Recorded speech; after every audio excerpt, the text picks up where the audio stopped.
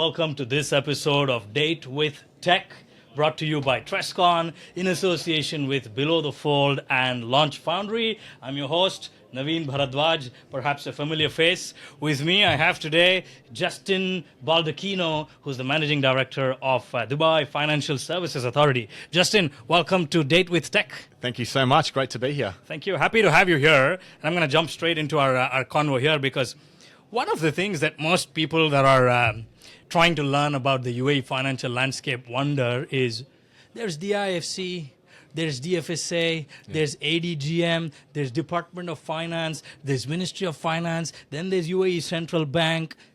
They're confused, right? So I think it might serve the opportunity well if you can talk to us about DFSA's specific role in the UAE's financial landscape. That's fine. It's a great question. I guess from a DFSA perspective, we've been around for about 21 years now. So if you think about where and how we were established, we sit within 110 acres. It's a dedicated financial centre and it's an international financial centre. We have coming close to about 1,000 firms that have been authorised and registered within the financial centre. So if you do look at that from a comparison perspective, and then what's unique about the DIFC, the community that we actually regulate, we actually have a common law system, so we have our own court system. And if you take a look around, what was done globally, I think we're one of the first to actually do that. So I think it's the visionary leadership of Dubai for way ahead in relation to let's establish this financial centre. And, as the old saying goes, if you build it, they will come. And they have come. Yeah. And we've seen huge growth in the last 3 years, especially out of COVID. And from 2022, 2023, 2024, they have been our busiest years in regards to new firms coming in, but also the existing firms actually deepening their footprint within Dubai, which is fantastic to see. Absolutely. And just to pick up on that one thing you said, you guys were the first in the world. I think there is no two ways to that, right? Because Dubai and the leadership here is you are either number one or you're not there at all. Correct. Right? So and you try to buy, you try to build the biggest thing possible. And I think we see it across the skyline here. Burj Khalifa itself, still one of the tallest buildings in the world. So it has a flow-on effect. And I think the ecosystem sort of draws on each other to make things bigger and better. And they've definitely done that here. So 113 acres and 1,000 plus companies and counting. That's huge. That's almost a city in itself, isn't it? It's amazing. Yes. And I think hundreds of thousands of people perhaps working across different companies. But also the ecosystem is just drawing more and more people into the DIFC. Yeah. So DFSA regulates DIFC companies only. Correct. And the common law system is exclusive to DIFC registered companies. So if you think about it, what's unique about it is within that 110 acres of the DIFC, we have the ability to have our own rules, regulations and regimes within that. The only thing that we don't have control over is from the fact of criminal law. So if you do something wrong within the DIFC, that's going to be the same across Dubai. But everything else, we have our own employment law.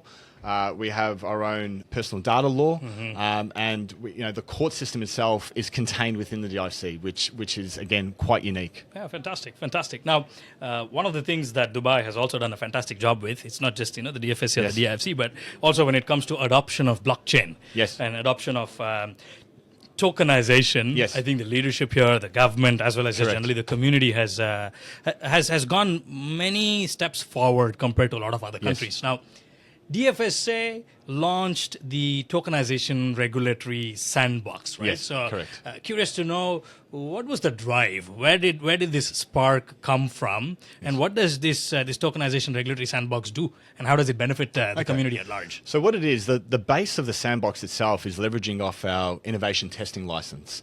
So we've had that sandbox itself established since 2017, and what we've been able to do is look at different innovation coming in to Dubai globally and trying to sort of react to the demand of what we're seeing from the industry. So the one thing that DFSA does very well, we work very closely with the industry to understand, not only about the trends today, but what do the trends look like into the future. And what we did see is we released our tokenization regime back in 2021. So we already started to see demand then. But what we've seen over the last few years, that demand has started to grow. So what we thought, in order to react to the industry, is we put up a expression of interest to actually attract firms who are doing tokenization and getting it to leverage from an innovation and testing license perspective. Now, what's unique about our sandbox compared to other regulators globally is they have a fully closed sandbox, which means you can do the testing, but you're not dealing with real life clients. Yeah. And we do the opposite of that. We do, okay, let's do the testing and the innovation, but let's test it with real life clients. Nice. But we do it on a restricted basis. So we work very closely with the firm to put them through an authorization process. And then what we do is trying to determine what those restrictions look like. So it's going to be on a case by case basis. So from a resource perspective, we spend a lot of time sort of, helping those firms grow, but to do it in the right way and to ensure that we still offer the investor protections of whoever's investing in those firms. So typically sandboxes are guardrailed and boundaries, and the practicality or the applicability in the industry is not known until you actually go to market. And then there are a lot of risks associated with that. So what you're telling me is you are creating that pipe or bridge or pathway to select clients or select communities. So this innovation can be tested in real life. In real life, so not just in production. Yes, correct. And then for some firms, the growth aspects of what they want to do, some can do it a lot quicker and some take more time.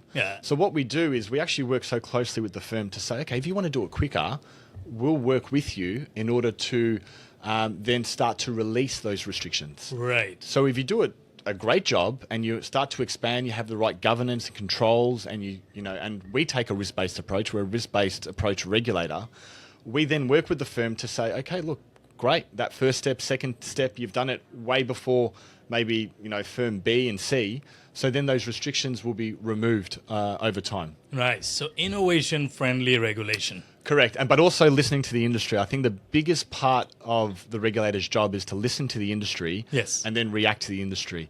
The challenge we have, of course, is from an innovation perspective, it moves very quickly. Yeah. So then what we have to do is react to how quickly the industry is moving and update our regime and our rules and our regulations as quickly as the industry. More often than not, the reason why I laughed is people or the industry thinks that regulators don't listen to them. But if they actually look at the casing point here in Dubai, it's the opposite. Regulators proactively reach out. DFSA proactively reaches out to the industry. Correct. So, and a good way we do that from a formal perspective, if you think about the fact that where DFSA is one of the regulators that we do, probably one of the most consultation with the industry. So we put together, say, a regime that we want to do or we want to introduce, and we put it out for consultation, and we wait for feedback. Once we get that feedback, we read through it all, and we say, okay, we didn't think about that. So then we adjust the regime itself to take a risk-based approach to make sure also we have the firm in mind, but also make sure we've got the investors in mind. Because investor protection is our number one priority as a regulator. We need to build the trust.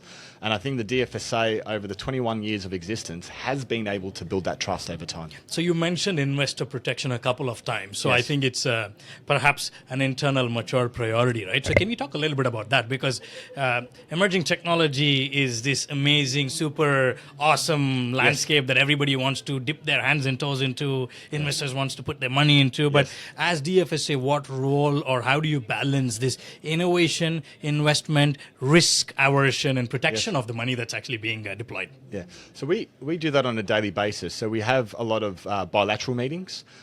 We do a lot of thematic reports, so try to understand what the risk is of the ecosystem. And then what we do a lot of outreaches. Right. So we have a huge amount of outreaches where it's on a particular topic. It might be on crypto tokens, it might be on tokenization, but it might be on just safeguarding funds. Of people who are investing. So not only do the firms want it, but also the investors want it. True. For us, it's a win-win, but it's making sure that you do have the ability to have those open discussions.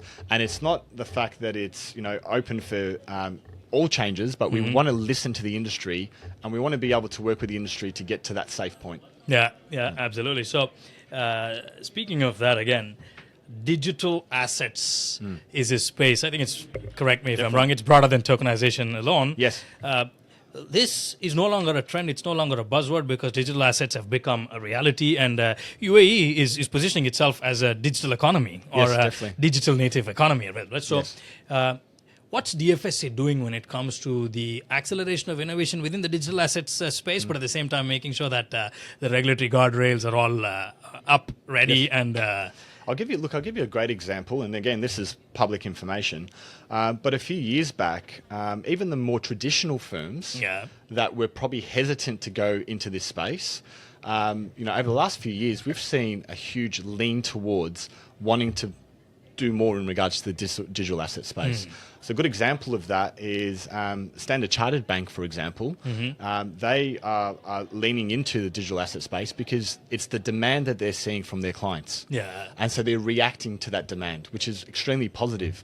Now, what's positive for us is they tried to determine a business that they wanted to put in place, which was a digital asset custody business. Right. Now, they could have set that up anywhere around the world. It could have been a Singapore, or Hong Kong, or London, or New York. But where did they decide? They decided to do it in Dubai. They looked around Dubai, and when you go to the DFSA, you're actually blown away by the focus of what Dubai wants to do and what the UAE wants to do. Now, the fact that we have a AI minister at the first UAE in level, the world. the first in the world, is phenomenal. And so these global firms are looking around and saying, actually, if Dubai wants to be at the forefront of innovation and technology, and we can see it through the event that we're at the moment, it's the fantastic. Dubai Fintech Summit by DFSA. It's fantastic. So for us, we're leaning into that because, again, they're one of the first to do that digital custody business. And so as a regulator, we also have to work with them because we're learning as much as anyone else to see the best way to set it up. And the good thing for us, if you think about it, something like custody, it's a traditional business that's been around for decades. But you're doing a digital angle. So when you introduce a digital angle, what is the governance around that? What are your risk and control? And so for us, we need to get comfortable that they've got the appropriate controls and make sure it's appropriate also for people who are actually offering that custody business. It's one of the interesting points that you just mentioned is about the Standard Chartered's selection of Dubai as their preferred place, right? Now, I know you're from Melbourne. You worked in Hong Kong and perhaps a couple of other cities and countries in the world. And then you're here in Dubai for the last 6 odd years, right? What do you see is the difference? What's actually driving Dubai, the innovation, as well as the, let's say, the regulatory landscape, the custody landscape, the fintech landscape, or largely speaking, the financial innovation landscape? What's the difference, Justin? Look, I'll tell you what the main difference is, and I'm proven fact of that. One thing the DFSA has done, we don't just recruit regulators. We recruit people from industry, and we recruit regulators as well. My background is I spent 20 years on the banking side. So I wasn't a regulator before, but my whole career I've dealt with regulators. So previous to this, when I was in Hong Kong, I was the head of regulatory management for JP Morgan. And I looked after 14 countries, 32 offices. And if I look at my interactions with regulators back then, and I compare it to what we do here in Dubai, it's a total standout. And what I mean by that, when we get a request for a meeting from an international firm, we take the meeting and we have these interactions and we listen to the industry, and then we try to work out, okay, what is it that we can do? And of course, what do we determine that we can't do? So we make it clear to the industry. And I think it's that the small nuances, like what you said, Dubai is open for business, but doing good business the right way. And if you don't do good business the right way, then you wouldn't see the growth that we've seen. We've seen phenomenal growth in relation to, as I said, the new firms coming in, record years 2022, 2023, 2024, and our pipeline sees that growth is going to continue. No pressure. For sure. Now, it's quite interesting that DFSA is recruiting people from within the industry. So DFSA is not just listening to the industry, but it's also bringing the industry Definitely. into the system Yes. to help make better decisions, to make supervision more aligned with Correct. the changing landscape out there. Yeah, And always taking that risk-based approach. So Yeah. even with me coming from a bank, and now I regulate those sort of banks. do you like it? It's great because it's an understanding. I have that experience of, look, institutions always want to do the right thing by the regulator, and I think what happens is you get a couple of bad actors that spoil it for everyone. True. Because majority of all the firms that we regulate, they want to meet the regulation, they want to do it the right way. Yeah. And so what we always do, and this comes down also from top leadership, is from our perspective, from a DFSA perspective, my own chief executive does always say that if someone does something wrong, then you should enforce against that particular firm or that individual. But don't spoil it for everyone else who's doing the right thing. True. And I think that's so important. So we do have an approach, and it's a firm approach. If someone does the wrong thing, we do enforcement against the firm itself. We show it publicly to show what the industry should and shouldn't do. But for us, what we don't want to do is add more regulatory burden. And we see that globally. So when something goes wrong, Regulate it, make it strict, and impose restrictions. More regulation, impose more restrictions. But how is that going to foster innovation? It's not going to foster innovation. It's only going to be a deterrent. Correct. Let's Correct. face it. So you can see by the matters of what we've seen in regards to growth. I think we're doing that the right way. Yeah. We're not here to burden the firms. Actually, we have a regulatory burden project where we want to reduce the amount of burden that we give to firms, because we want to increase the capability of innovation through each of those firms. The fact that you've all recognized that there could be a regulatory burden and proactively doing something about it, I think puts you way ahead of a lot of your other counterparts out there. Interestingly, I've also read a couple of notices or circulars on DFSA website, and I can relate to this accountability on the company as opposed to that industry or the sector or a community at large. So you name them. Yes. And you mention what was the situation or scenario, but you're not discouraging people from venturing into that space. You're just warning them of that specific company. Correct. We're being fully transparent. And I think that transparency is going a long way. And so when people decide, where is it that I want to set up? Do I want to set up in a Hong Kong or a Singapore or New York or a London? We're hearing this more often than not. They want to be based here, within Dubai. So for us, that's fantastic. On a light local term, Habibi, come to Dubai. I think that suits well for the world, right? Firstly, congratulations on another regional first, if not global first, the Regulatory College. But I think the fact that you're engaging your counterparts from around the world, taking inputs, ideas, and then coming up with actionable, perhaps, insights or activities or initiatives, which could also benefit them. So you're trying to uplift. Correct. Uplift, and also taking the best of what we're hearing and seeing, and make sure that it's fit for purpose for what we want to achieve from a Dubai and a UAE perspective. And I think the DFSA, that's at the heart of the DFSA. What is the best for Dubai and the UAE? Yeah, I think it sits quite nicely with the theme of the country, which was announced by His Highness Mohammed bin Zayed at the beginning of the year of community, right? Definitely. 2026 is all about community. Together is stronger. Yes. So you're doing that truly by bringing all those different counterparts from around the world. We are. And look, it doesn't take a lot. When we tell people we're doing a regulatory college in Dubai, everyone wants to come to Dubai. Why wouldn't you want to come to Dubai? Give me 3 good reasons. Fantastic. Give me 1 good reason. Exactly. Very good. Exactly. So is it safe to assume that the priorities for DFSA or yourself for the coming years is driving that innovation, supervision, smart industry-focused regulations around finance, fintech, AI, cybersecurity, digitization, digital assets, tokenization, just generally these emerging technologies? Is there something in the mix that we are missing? Yeah, definitely. Everything that you said, but also ensuring that we always take a risk-based approach. Yeah. Because, again, we have to stand back and think about what risk does this bring to the ecosystem, as opposed to just branding everyone as you're risky, because that's not the case.